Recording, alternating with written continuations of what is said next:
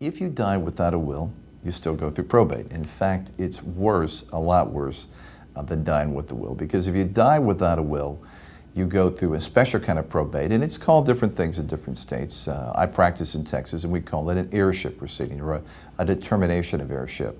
And what it means is that the judge doesn't know who's entitled to this property the deceased had when the deceased passed away. So the judge needs to figure out and needs to have testimony as to who the blood kin of the deceased are, because typically in some order based upon, again, your estate, certain family members are entitled to priority when it comes to property. Others, if they're more remote relatives, may not end up with any property. So dying without a will, frankly, is the, I'll use the term, stupidest thing you can do.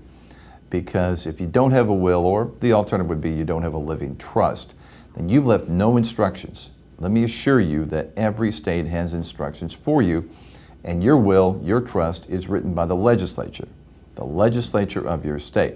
Now, you may be a good Republican or a good Democrat, and you may love your legislature, but most people don't love their legislatures. The legislature doesn't know who you'd want to get the money. The legislature certainly doesn't know how much or how. Do you want to just give it to them? Do you want to give it to them in a little trust so that it's not lost in about 15 minutes? Dying without a will almost always includes having an extra lawyer or two, or three, or four. Because again, the court needs to figure out who the heirs are. Oftentimes it's going to be an extra lawyer hired by the family to go out and ascertain who the deceased children were, who the deceased spouses were, who the deceased cousins and other relatives are.